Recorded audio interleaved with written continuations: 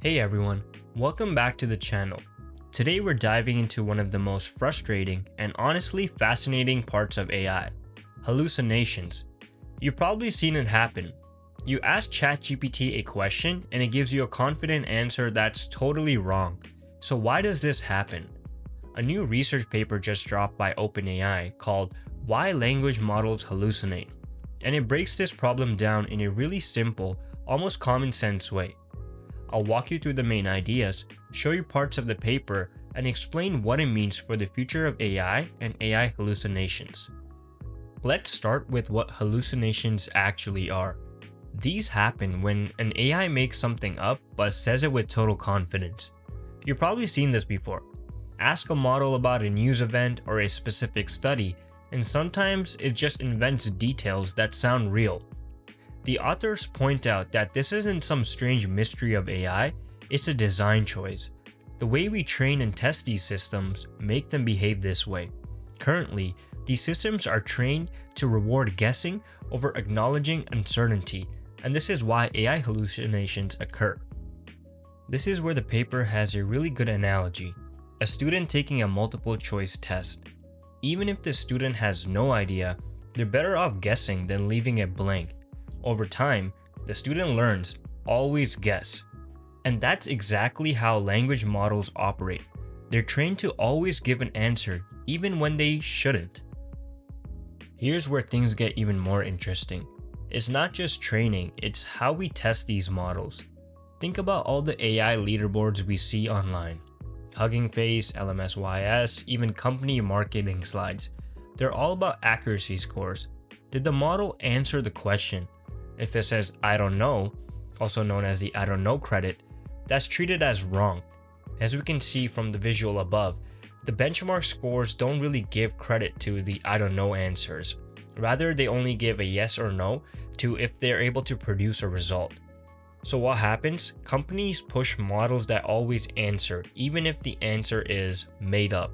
It's like a classroom where saying I don't know gets you 0, but bluffing sometimes gets you points. Over time, no student will ever admit they don't know. They'll just keep bluffing, and that's what we've created with AI benchmarks and hallucinations. Now, let's take a look at a real-life example of the consequences of AI hallucinations. As artificial intelligence increasingly becomes part of daily life, both its benefits and its pitfalls are becoming apparent. Take medical centers. Many of them use an AI-powered tool called Whisper to transcribe patients' interactions with their doctors. But researchers have found that it sometimes invents text. It's what's known in the industry as hallucinations. That raises the possibility of errors like misdiagnosis.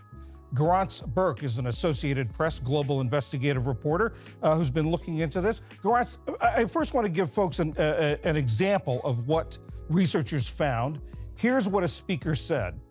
And after she got the telephone, he began to pray. Simple sentence. But here's what was transcribed. Then he would, in addition to make sure I didn't catch a cold, he would help me get my shirt, kill me, and he began to pray. What sorts of other hallucinations have been found?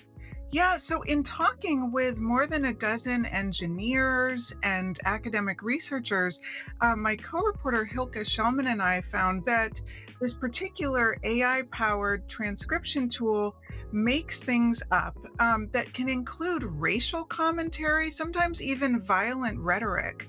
And of course, what we're talking about here, incorrect words regarding medical diagnoses. So that obviously leads to a lot of concerns about its use, particularly in really sensitive settings like in hospitals. We asked OpenAI about this, and here's what they told us. They said, we take this issue seriously and are continually working to improve the accuracy of our models, including reducing hallucinations. For Whisper, our usage policies prohibit use in certain high-stakes decision-making contexts, and our model card for open source use includes recommendations against use in high-risk domains. We just saw a real-life example about the consequences of AI hallucinations. A Mount Sinai study also shows that just one fake medical term slipped into a question can trick chatbots into confidently producing nonsense. In law, lawyers have been fined and sanctioned for submitting briefs filled with fake citations from ChatGPT. In Australia, a senior lawyer even apologized to a Supreme Court for filing AI-generated legal rulings that didn't exist. Even big AI companies aren't immune. Earlier this year, Anthropic was accused of citing a fabricated academic article in a copyright lawsuit.